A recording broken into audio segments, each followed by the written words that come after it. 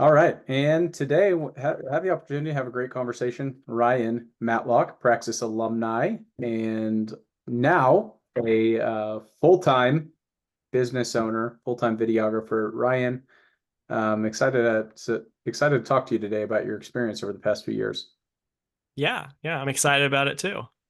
Yeah. So tell me a little bit more right now. Let's start with like where are you at today in your life, career, like in your journey. Let's start there, and then I want to rewind the clock and talk about sort of the steps that led you to where you are today. Sure. Well, right now we're a couple months into running full-time business called Archify Media, and that's a video production agency that offers custom video content to small and large businesses alike. We have our hands in a lot of different types of videos, from like events to small videos detailing what a business does to social media content, all kinds of stuff. And as I said, we're into our second month of doing that full time. Prior, I'd been doing it as a freelance thing, sort of on the side, but this is sort of our second month doing it just all the time, and it's a great experience. That's me and my wife doing that, and it's a lot of Yeah, fun. that's awesome. That's awesome. How long has this been a big part of your career ambitions, to make it as a videographer, to Hmm. launch your own thing? Has it always been something you knew? Has it been something that evolved? Like walk me through that Sure. part of the journey. It's actually funny. I started out wanting to be a writer, and that was Mhm. way back when I was like 14. And my parents, very awesome people, they homeschooled me and they encouraged me to focus on what I cared about as far as a career Yeah. and to sort of study that when I was young. And I actually got into like an internship and stuff with like an author that I really liked, and quickly learned from like doing projects for his blog and everything that I hated writing. And like it was really funny. It was just I couldn't stare at a Word document for the rest of my life. Yeah. It was not uh enough, there wasn't enough stimulation. Yep. And I kind of moved from that to I dabbled with podcasting, kind of figured out the same thing. I couldn't look at waveforms for the rest of my life, and eventually stumbled into video, and that was like the final piece. It was like, okay, now it's all coming together. I can write a video, produce the video. I have the podcast audio editing background, and I can take all of these skills and kind of bring them together to create really fabulous products that help people build their businesses. And at that point, I wasn't aware that it would lead to marketing. At first, the Yeah. first thing you think of with video is like Hollywood and all that. But I quickly realized like that's a bit higher of a scale than allows me the creative freedom to do do it in the way that I enjoy doing it, which is Yep. in a way that helps people. Like I discovered video for marketing and realized, okay, so this is right about where I'm like 17 or 18, and I'm discovering video and the potential it has for helping small businesses. And I realized, okay, this is where I get to kind of really be in my element. And I just Yep. started helping. Like I started freelancing back at that point, which is actually sort of around the same time that I did Praxis as well. I joined Praxis and I was placed at my apprenticeship when I was 19. And that was actually as a video marketer out in San Francisco. Um, the just the experience taught me a lot, and it gave me that foundation to kind of go out and help small businesses and large businesses alike figure out how to reach customers and how to get Yep. engagement, how to build their business and grow that brand in such a way that doesn't feel like marketing. And that's the big Yep. thing that I've been focusing on this whole time, is like I don't want my videos to be just another ad that someone Mhm. scrolls past. I want to create something that's genuinely valuable to the person who's watching. And sort of in turn, it becomes valuable to the person who buys my services and puts that video out for people. Yeah. That's awesome. So it took it took like 3 to 5 years from, hey, I think Hmm. I want to be a writer, to Yeah. realizing, hey, I there's this video thing. I kind of like this. Yeah. There were a couple different pivots there, Yeah. to landing your first like full-time job doing that actual thing. You had some Yeah. freelance experience. How long ago was that? Like you starting that first full-time Yeah. employment, first like Yeah. That I'm an employee, not just a teenager freelancer that's interested in this thing. right. Right. That was back in 2017. I was Okay. like I just turned 19, and that was through Praxis. That was my first job, was at Autopilot, a startup in San Yeah. Francisco. I think they've rebranded to a different name since, but it was a great experience. The first I started, it was like January, February of 2017, and then the apprenticeship was supposed to last about 6 months. It actually only lasted 3 months before they hired me full time, somewhere around April, May, something like that. And so that was my first full time job. So, okay, so I'm just doing time hand here. So that was about 7 years ago. So you've got this like Yeah, yeah, 7, 8. 14, 3 to 5 years plus 7 years. Like you got, I mean, 10ish years of this arc of you like Yeah, figuring it yeah. out. It would be about a decade at this point. Yeah. Yeah, that's awesome. But I'm curious, I want to talk through some of those different inflection points because, I've Hmm. experienced moments like this in my own career, and I want to get what your take was. Like, did you ever feel like you had an end destination in mind for this skill that you found that you were really excited by? Or were there points where you were like very much uncertain? You had a job you liked and you really didn't think much more Hmm. about where it was leading. What was Sure. that evolution for Yeah. you in terms of like how you were thinking about your career related to this specific skill? Sure. Well, being completely honest, when I was like, 18, 19 and first getting that job, my end goal was to do that job, and like, you got to pay the bills somehow. So I was like, Yeah, I would love to grow my skills as a video editor doing this, but on the side, I'm going to make it big on YouTube. yeah, That didn't happen. The main thing being that, still time. this is just like a small soapbox I'll get up on, but there's like this massive culture on YouTube around like you're gonna become this big YouTuber, and you're gonna be able to make money doing what you love. But in the end, it's kind of a lottery. And it's been sort of years of me realizing like, okay, yes, if I took like 5 years and just only did YouTube, I might be able to make it big, creating content and like amass that audience. But even then, I'm also like sort of still a lot at the whim of an algorithm. And so Yeah, it sort of started, back when I was 18, I was like, oh yeah, I've got these big dreams, and like, look at all these other YouTubers, they can make it big. And that was sort of my dream job for a while.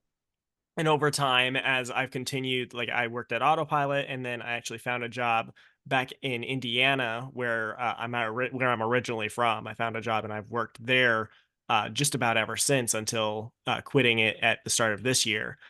yeah, And I've enjoyed that job a lot, and sort of just realizing, okay, I want a job where I can be creative and entertain people, but I don't think YouTube is it. yeah, And just kind of realizing, like, if that kind of takes off at some point, that would be fantastic. That would be fun. But I want a job that's sort of, over time, it's grown to the point where I realize, like, well, that's not really what my focus is. At the sort of around last year, I kind of had my focus change a bit, and it was actually instigated by a series of movies on just movies that were coming out in theaters that I really didn't enjoy. Like, they yeah. were hyped up, they were going to be great, and I just came out of the movie theater thinking this was garbage. And I started thinking about storytelling a lot, and like, why. And I'm on a couple of podcasts where I talk with other people about like, we'll just review movies and audio dramas and stuff, and Yeah, sort of critique them for their story quality. yeah, And I started thinking about stories and stuff, and I just realized I really care about stories being told well. And a YouTube, like, creating my original content on YouTube is one way I can do that. But an even better way I can do that is by continuing this freelancing that I've been doing, where I help people tell real stories from real people really well. Yeah. I've been doing that all along, and I'd love to like put my energy into doing that, and like depending on where the business goes, maybe start releasing original content as an extension of the business. That might be a cool direction it goes in the future. But I just sort of really that reason for creating content was finally kind of solidified. I realized like I really have a problem with stories not being told well. Like we have all this knowledge at our disposal for how to tell stories well, and that's actually where the term the name Archify Media comes from. The idea is like that of a story arc. You The know, like arc. Yeah. it's a story arc or a character arc. Those are some of the building blocks for designing a really good story that grips people and entertains them. And I just see so many movies that just kind of feel like they're throwing stuff at here and there. It doesn't really feel like there's arcs that were planned out or there was any intentionality behind characters. And so I came up with the name Archify as sort of this reminder to myself of like, we're going to do this right. We're going to create stories that have narrative cohesion, whether that's an original story that we're making that's fictional or whether that's telling the story of a small business owner.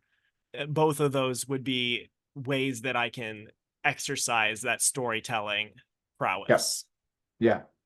That's awesome. I love that. I love that it wasn't this perfectly planned thing. I Yeah, mean, to some no. degree, it was 10 years in the making, but it was this emergent process that all of the sudden came to a head one day because you noticed something. You noticed this like Right. pain that stuck out to you, and it's like, hey, this is something you paid attention to, and that sort of led down this, developmental process for yourself of, hey, here's the thing that I realized really irks me, and it's the thing that I get really excited by. It's kind of Mhm. that double-sided coin of here's a problem that I actually care about solving, the one that's like worthy of Exactly. my time, energy, and intellect. And I love that that unfolded over, you know, obviously we all want it to unfold a lot quicker, Right. but I think your story is so much more realistic about how that journey often takes time, and it takes a lot of like deliberate attempts to continue to like peel away the layers to find the thing Yeah. that you're really excited by.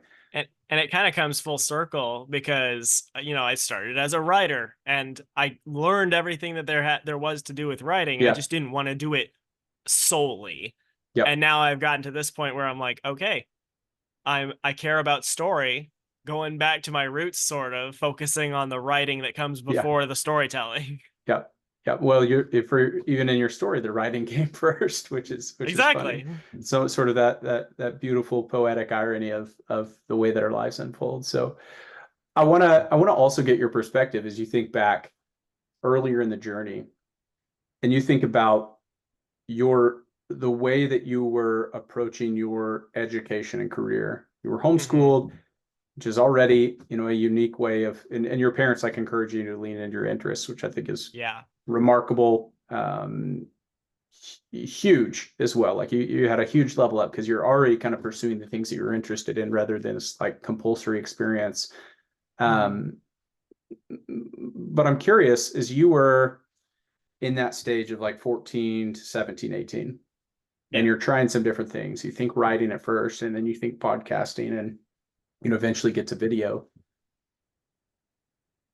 What role did like education play in your longer term goals? And what was it that led you to a program like Praxis versus something like college versus just trying to make it on YouTube by yourself, or any of the variety of other things 7 or 8 years ago that were out there that you could have pursued?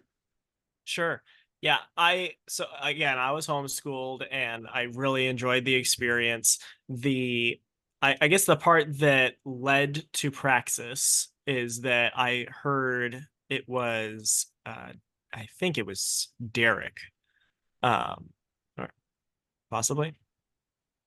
It was someone. Good chance. It was someone that worked. It was either Derek or Isaac was at a homeschool convention that I attended and was talking about the value of Praxis and also some of the pitfalls of the college system, Yep. and sort of the weighing those two experiences and what you get from them. And it really made me think because, I was like 13 maybe at the time when I heard this speech. And I realized that, college had kind of always been oh, well, that's what everyone else does in the back of my head. But it was also sort of a thing I was silently dreading, kind Yep. of just this, okay, well, I'm gonna have to go spend 4 years doing extra stuff at some point. And Yep. I had no idea like what I was gonna do even at that point. Which, like that's a little tangent on the side. It's like you talk to some kids who they're like going through high school or something, and you ask them, okay, so what do you want to do with your life? They might not know. But regardless of whether or not they know, you're going to ask them to go and study stuff in depth that's going to affect the rest of their lives for 4 years when they might not know. And Yep. it's just, yeah, I think it's a bit of a shame to like say, hey, this really expensive education, go do it, even if you don't know why you're doing it. Yeah. You'll figure it out along the way. It really kind of feels like a scam sometimes. And, this is all just kind of different disjointed thoughts that were in my head at the time, and I hear this person talking about Praxis as an alternative, and it was a bit of a weight off my shoulders. I was like, that's what I want to do. And I immediately, like, I think I attended the session just by myself, but my parents were at the convention with me. And Yeah. afterward they were like, so what talks did you go to? And I was like, well, I found this thing called Praxis. It's really cool. I think it's what I want to do.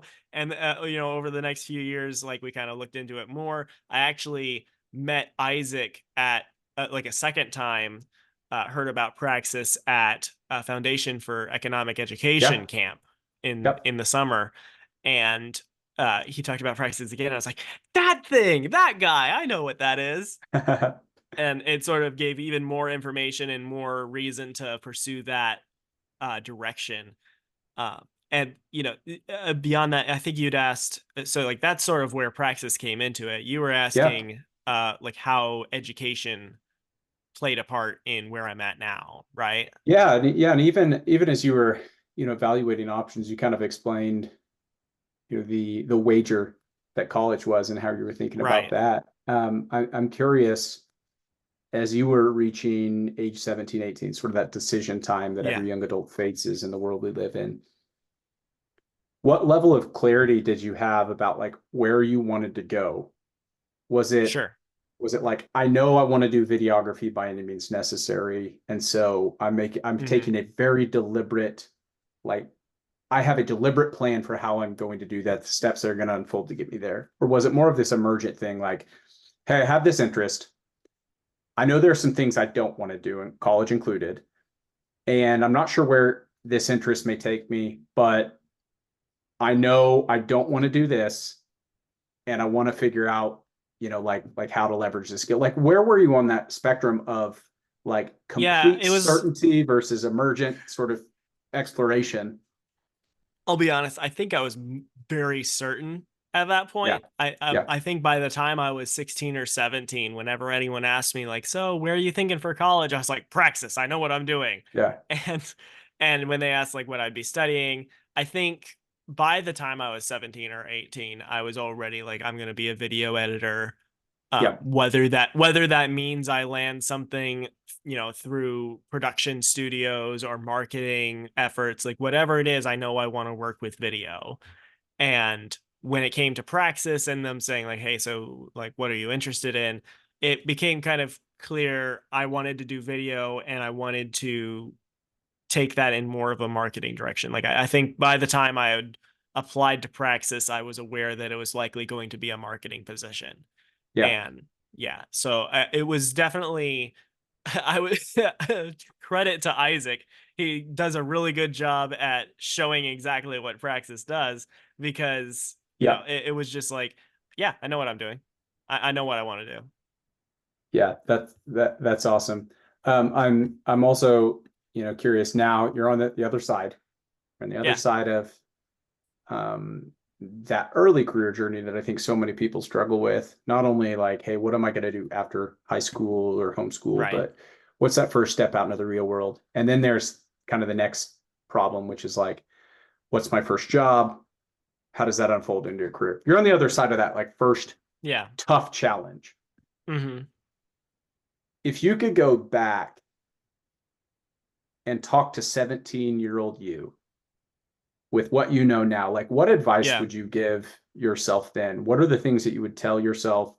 Um, mindset changes, specific skill advice, tactical advice, encouragement. Like what's that conversation for you if you could do it?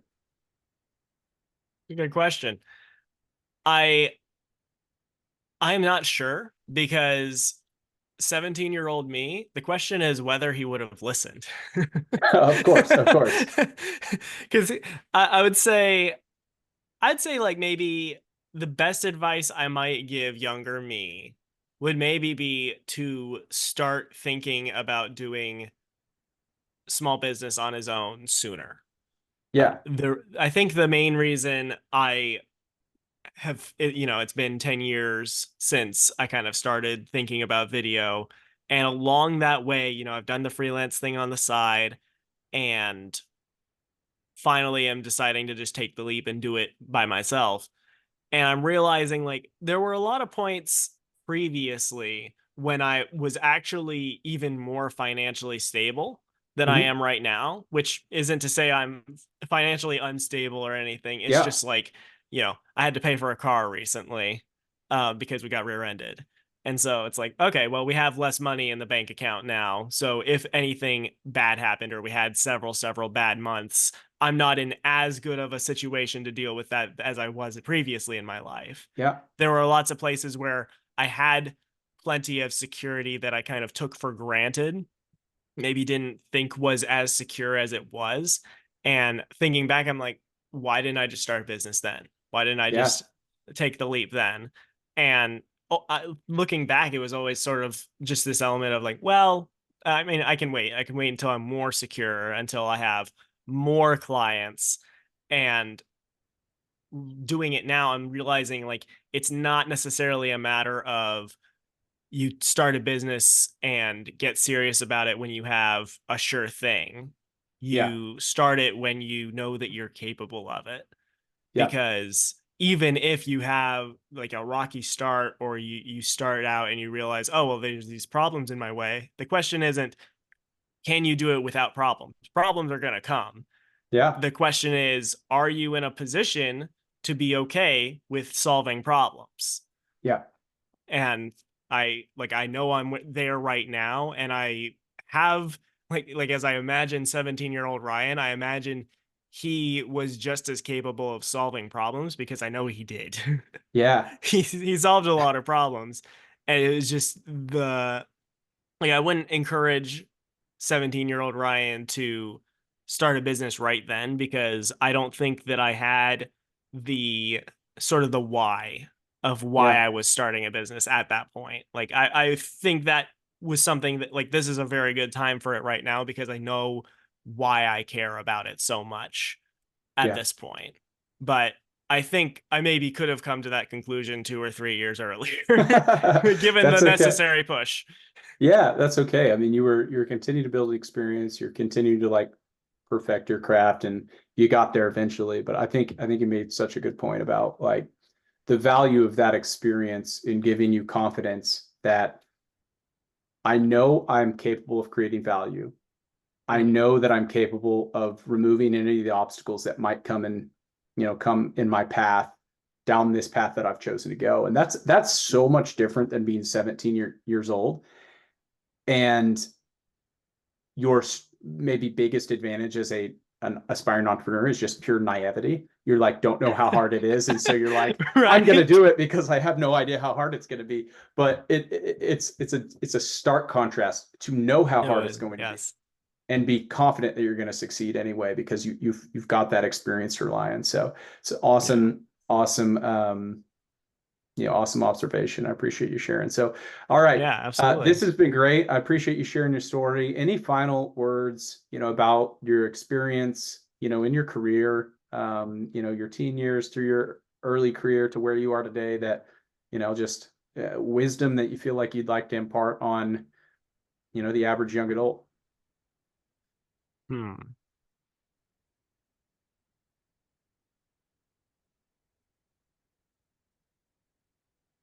It's a very open-ended question. It is. It is. It's a tough one.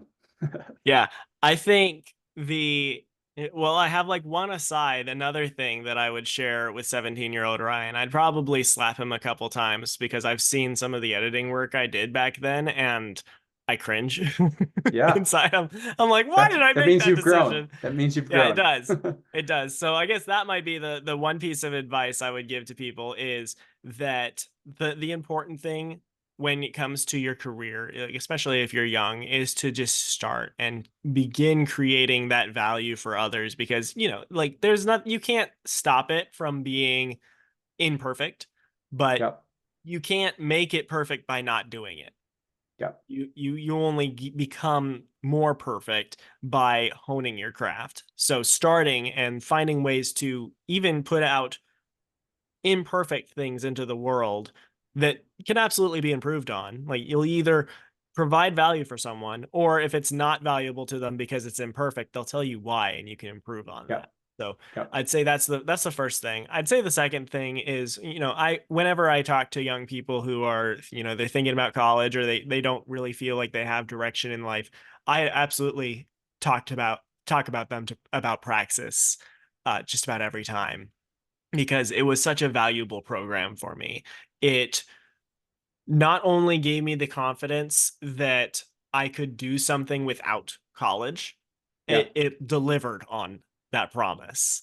And it delivered on it faster than it even said it would. Like I was told, hey, do a 6-month apprenticeship. After that, you'll likely be hired by the people that you're apprenticing with, or you can get a job elsewhere, or you can start your own business. 3 months in, I was hired.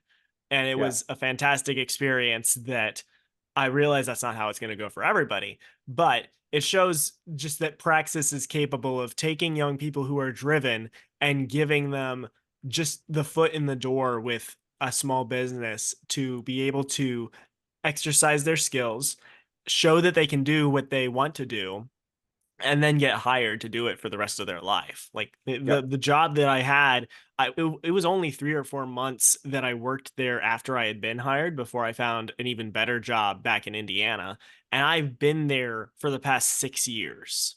Yep. Which if you know how long people stay at jobs these That's a long days, time. it's like 2 or 3 years that you stay at a job. Like that's Yep. kind of the business turnover rate.